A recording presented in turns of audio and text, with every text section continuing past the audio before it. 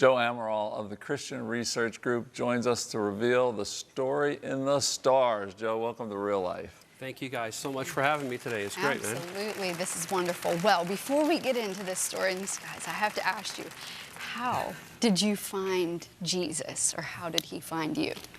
It started back in 1987. I grew up in a nominal, Catholic home. They called us CEO, Christians, Christmas and Easter only, and just never really knew a lot about God growing up. I knew about him, but didn't know anything about a relationship. And growing up in the streets of Toronto, in an immigrant neighborhood, my parents came from Portugal, and so there's a lot of poverty and a lot of things that come in with that environment. Got into, a lot of things, and one of those things was like heavy rock music, And my mom started going to church and started taking me to church, and let's just say the music available to me in church wasn't matching what I grew up with until I found out about this band in the 80s called Striper. And they were heavy, and they had the tight clothes and the long hair and all that stuff. And I'm like, they look the part, and they were awesome, great music. And we're going to give away our age here. I went out and I bought a vinyl record. You guys remember those, right? And I pulled out the lyric sheet and was following along as they were singing. And I was like, this is what the guy in church was saying, but they're saying it in a way that relates to me. And I got on my knees at my bedside. There was a song called The Rock That Makes Me Roll. You can have his power in your soul. I want that, whatever that is. Wow. And I said the most simple prayer of all and said yes to Jesus, in my bedroom as a 17-year-old kid. And it's just been the most transformative decision I've ever made. And God has done so much through your life right now. And you've written this book, The Story in the Stars, and it is fascinating. And we're going to go down some interesting roads here for a Christian TV show, which is to look at the stars. Is God speak? Does he speak through the stars? And what do we not mean? If you could just define that for us as well. Well, let's start with what we don't mean. Because I know when I saw some images in that opening video of ours, and they see these Zodiac signs, they'll see Aquarius and Virgo and go, whoa, what in the world is going on? And it's very important to address that. I used to say that the book, in part, is helping Christians to redeem the Zodiac. But I thought that's actually not true. We're not redeeming it because they were never the devils in the first place. Mm-hmm. Right. He didn't create the stars. He didn't create the constellations. He didn't put the story in the stars. So it wasn't his in the first place. So we're not giving it back to him. Right. What we're doing is we're restoring the Zodiac. We're restoring these signs back to their proper place. And God designed the heavens, the universe, the stars, and placed them to make these images in the sky to tell this amazing sequential story. And so for anybody watching, whether it's live or they're watching it later online, I want people to know, in Jeremiah chapter 8, verse 2, there's a very strong verse about astrology. And I just released a video on social media if people want to see it. It's a little harsh, but it's real. Where God says, anybody caught loving, serving, or consulting the sun, the moon, or the stars, God says, I won't bury you and I won't raise you up, but you'll be like dung lying on the ground. That's how drastic the comparison is. God says, if you go to any other source but me for your identity, that's dung, that's garbage, that's nonsense to me. So I don't want any person to come from this going, he talked about Aries. I'm an Aries. No, you're not an Aries. You're a daughter or a son of God. That's where you get your identity. And I want to make sure people get that before we go anywhere else today. Amen. It's so important that we make that clear, that we're not talking about astrology, but we are talking about that God has placed things in the heavens that give us insight. It made me, just reading the book, which is a great read, believe in my Creator. So talk to us about, just the work of this book. It was not something I was planning to do, I got to be honest with you. I had a ministry in Israel. Things were going really well. I traveled for well over 15 years into churches preaching and teaching, and I was really happy to do what I was doing. And I had this dream that just came out of left field. Do you ever have those experiences where you think you're going one way and then God says, I got something new for you? I just spent 15 years telling the church that Jesus wasn't a Christian, okay? That he was a Jewish rabbi, and they were finally getting okay with that. And now God said, oh, by the way, I'm the one who put the Zodiac in the sky. I'm the one who put these pictures there to tell you a story. And so I began to look into these images. I woke up from a dream and I really felt God say to me, check the constellations. That's where you're going to understand what you were seeing in the sky. because in my dream I saw a woman and I saw a dragon, and I thought, what in the world did I eat before I went to bed last night? Like that. Women and dragon. And check the constellations. No, Lord, I can't check those signs. Those are like not from you. Check the constellations. And I remember thinking, I know that voice. That voice has spoken to me before. Yeah. That voice said, say yes to me. That voice said, marry that woman, go to that Bible college, do this ministry. So I knew that it was God. And so I began to check what the different signs of the constellations were. And there was only one female. There was a woman. And it was this constellation called Virgo. And then I kept looking. I said, in the Bible, is there anything about a woman and a dragon? Revelation chapter 12. It's there. We have it up on the screen right now. Yeah. That's the verse there from Revelation chapter 12, verse 4, that totally blew my mind. What I'd been seeing in the dream was actually in the Bible. You know, and John says there's a woman, she's clothed with the sun, and she has the moon under her feet and a crown of 12 stars. And I'm like, what's John seeing? Is it symbolic in nature? You know, people have said the woman of Revelation could be the church. It could be Israel. It could be prophecy. It could be the Holy Spirit. It could be all these things. But what if it's more practical than that? What if John is looking up at the sky and he's actually seeing a sign in the sky? And so I looked it up. What sign is a woman? Virgo. And I said, okay, I wonder when Virgo would be viewable in the sky from the Isle of Patmos 2,000 years ago. Well, Virgo is there. And then he says that she was dressed in the sun, clothed in the sun. What does that mean? That means the constellation is passing through the sun in the sky. That only happens at a certain part of the year. And then he says the moon was under her feet. That only happens at a certain part of the year. And all of a sudden, we're getting coordinates from John. It's not some random spiritual vision he's having, but he's actually seeing a sign made up of stars. And if we begin to follow the signs, we get to an incredible discovery about who Jesus is. And I tell people that God uses images because they're the best way to get a message across without saying a single word. Yeah. You know, we have the saying, a picture is worth 1,000 words. That's right. Well, God put 48 pictures in the sky. And as you study them, they unfold like a book. You have the main sign, which is the chapter, and then you have all these sub-signs, which are like little chapter headings. And they coordinate with the life, with the birth, the life, the death, and the resurrection of Jesus. And I thought, wow, God, there's no way this is a mistake. You love us so much that no matter where we live in space and time, whether you're in Pittsburgh, you're in Toronto, you're in Israel, you're in Africa, no matter where you are, if you can look up at the sky and you can see those images, think of a comic book, think of a graphic novel, a few simple pictures, and a story begins to unfold. And these are images that have been seen in the sky since the dawn of recorded history. That's right. And it's not just one culture. There's cultures, and they're very consistent across cultures. 100% consistent. Talk about that a little bit. You said 48. Most people say, well, there's 12 signs. Yeah, there's 12 signs, and under each sign, there's something called a decan. You have these 3 sub-signs, and the 3 sub-signs speak to what the main sign is saying. So there's 48 in total. And whether it's the Chinese, the Mesopotamians, the Syrians, the Hebrews, the Africans, you go back in time and look at their star charts. They go back as much as 5,000 years. They all have the exact same 48 constellations. I mean, if we look at the lights right now on the ceiling, and I said, do you see any images? You might say, yeah, that one kind of looks like a dog, or that one kind of looks like this. But if we had never talked to each other, and then we come back after an hour, and we find out that we all saw the exact same signs made up of the exact same lights, you would say, there's no way that's random. And I believe God is the one who gives us the meaning of what the signs actually are.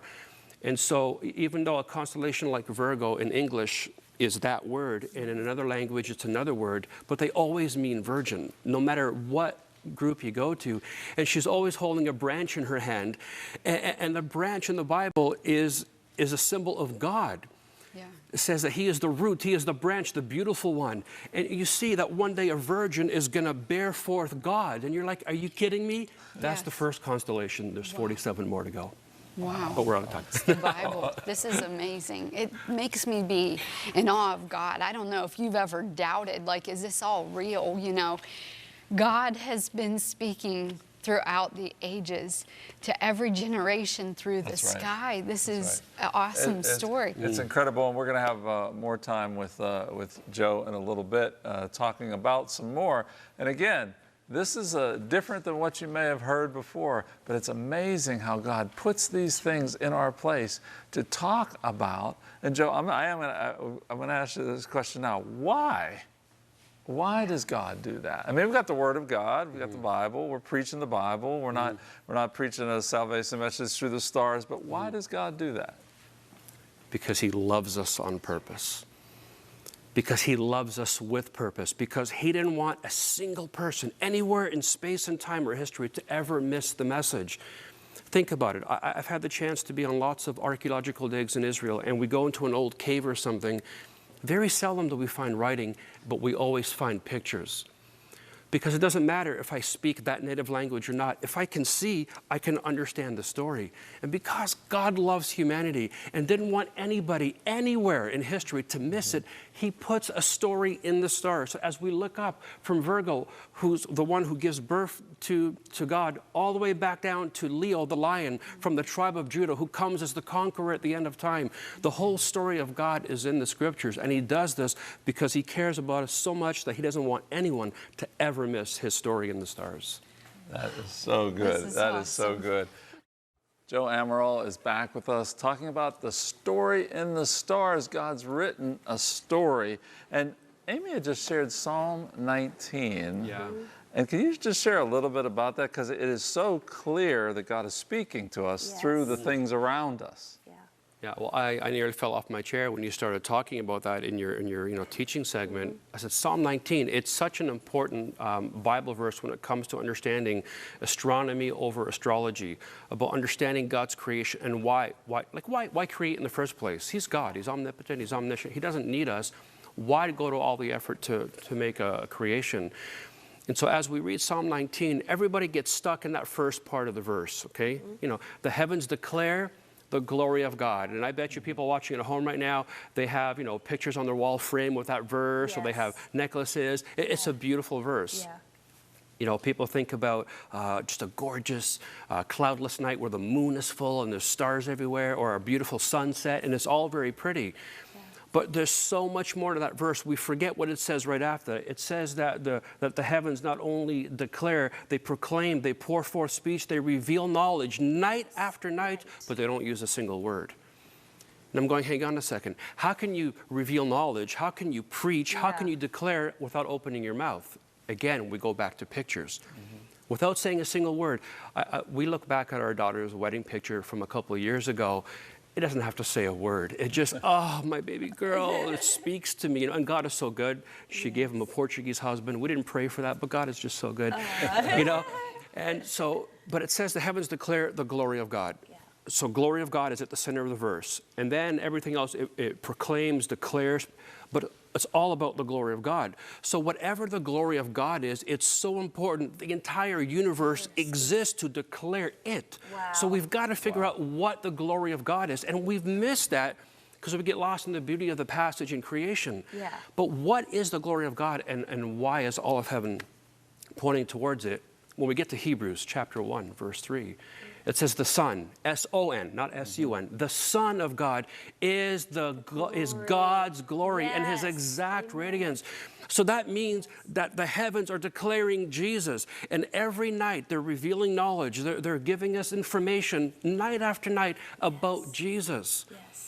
And when I got a hold of that all creation exists to point us towards Christ, to point us towards the Son of God, that changed the way I saw that verse and the way I saw creation. And so I want people to understand that these images are there to point us not to ourselves. We don't go to horoscopes and zodiacs and say, oh, what does it say about me today? It says nothing about you today. That's nonsense. If you want to know who you are and what you are, and if you want to know what the creator of the universe has to say about you, then you turn to His word. In your chapter, Jesus was a Virgo. Did I say that right, Virgo? Yeah, that's a popular chapter.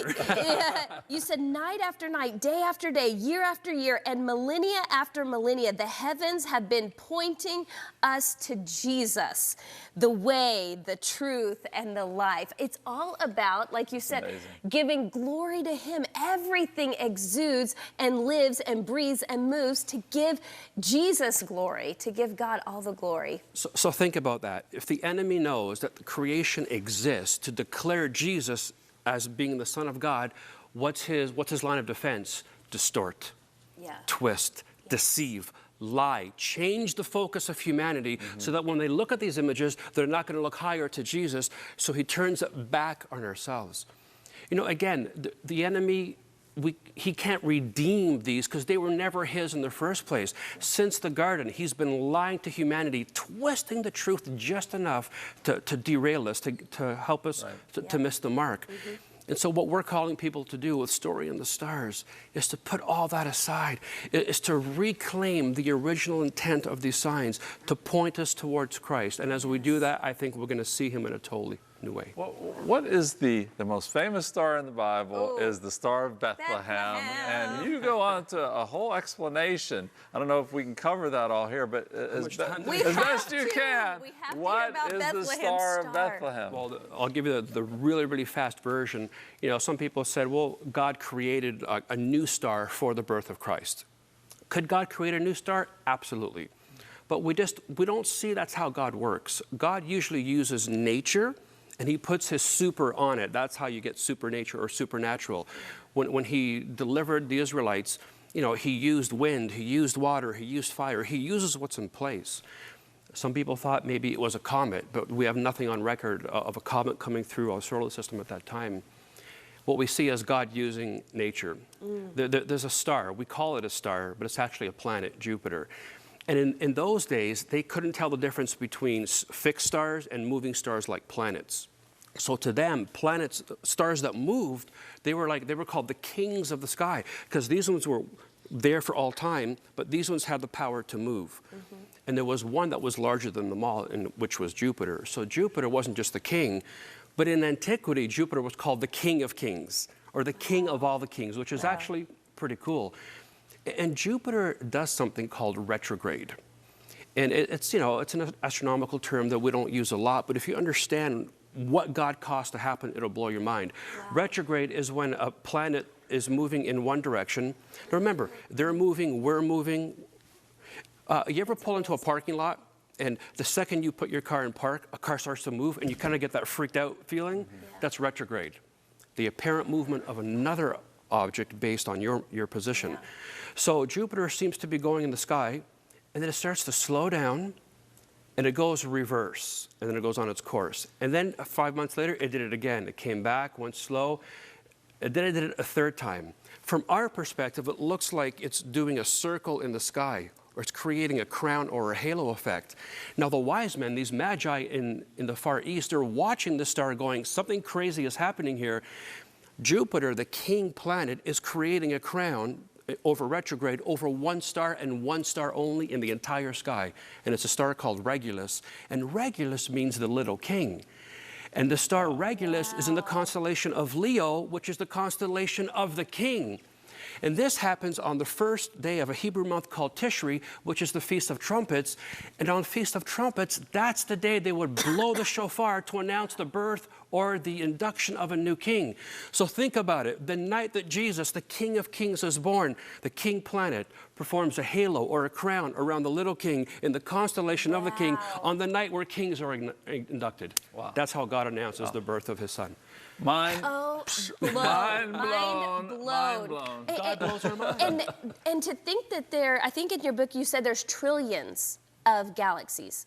Oh yeah, trillions, 3.5 trillion galaxies. So to think about the God of the universe so intricately involved in all of this detail, and that's just a little picture of the stars. That's not even our ecosystems, but yet he created us.